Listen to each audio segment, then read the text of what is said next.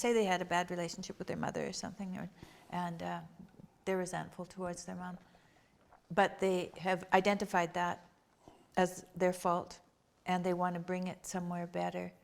Is that programmed into the self-authoring for them to recognize that process? That would be the next part.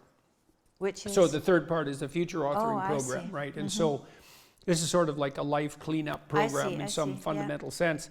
Well, then in the future authoring program, which is the one we've done the most research on, so if people do this for 90 minutes badly before they go to college, it'll decrease the probability they'll drop out in the first year by 50%. That's amazing. And it works particularly well for people who are most likely to drop out. So a lot of psychological interventions help the good performers do even better and don't help the bad performers that much. And why do you think it helps them more? Well, I think the good performers already have a bit of a vision and a plan, whereas the bad performers, they're really ambivalent about what they're doing because they don't have a plan. And we'll talk more about why this is so important. So if you don't have a reason to do something, and then a reason not to do it comes up, well, then you'll just not do it, because not doing things is real easy. You can just sit there and not do things all day. Doing things takes effort, and so any resistance is likely to, it pushes back against you.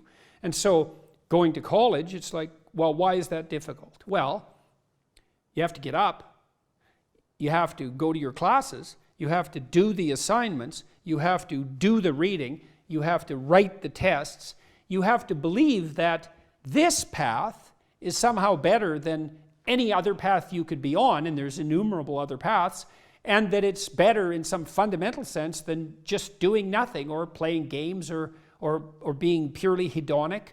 So there's a lot of, because it's difficult, there's a lot of obstacles. And if you don't have a reason, well, why would you overcome the obstacles? And so what happens when you do the future authoring program is two things. Is first of all, you construe yourself as the sort of person who could have a reason, right? Who could make a vision and impose it on the world. And how do you do that?